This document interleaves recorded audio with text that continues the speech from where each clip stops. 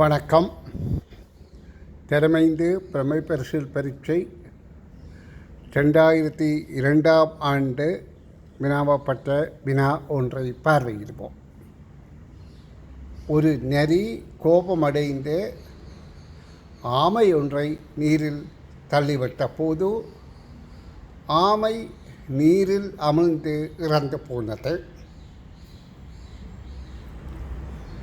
இவ்வாக்கியத்தின் கருத்துப்பிழையானது வாக்கியத்தின் கருத்துப்பிழையாவதற்கு காரணமான விடயம் இது.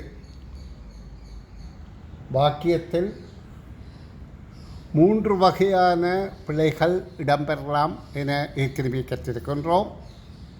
எழுத்துப்பிழை, கருத்துப்பிழை, சொல் இலக்கண பிழை. இங்கு கருத்து பிழை என்று கூறப்படுகின்றது.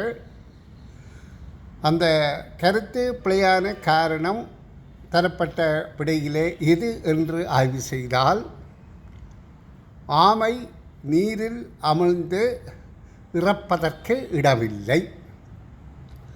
ஆமை ஈர் ஊடக வாளி, நீரிலும் வாழும் நிலத்திலும் வாழும். இங்கே ஆமை நீரில் அமிழ்ந்து இறந்து போனது என்ற கருத்து தவறானது. நன்று.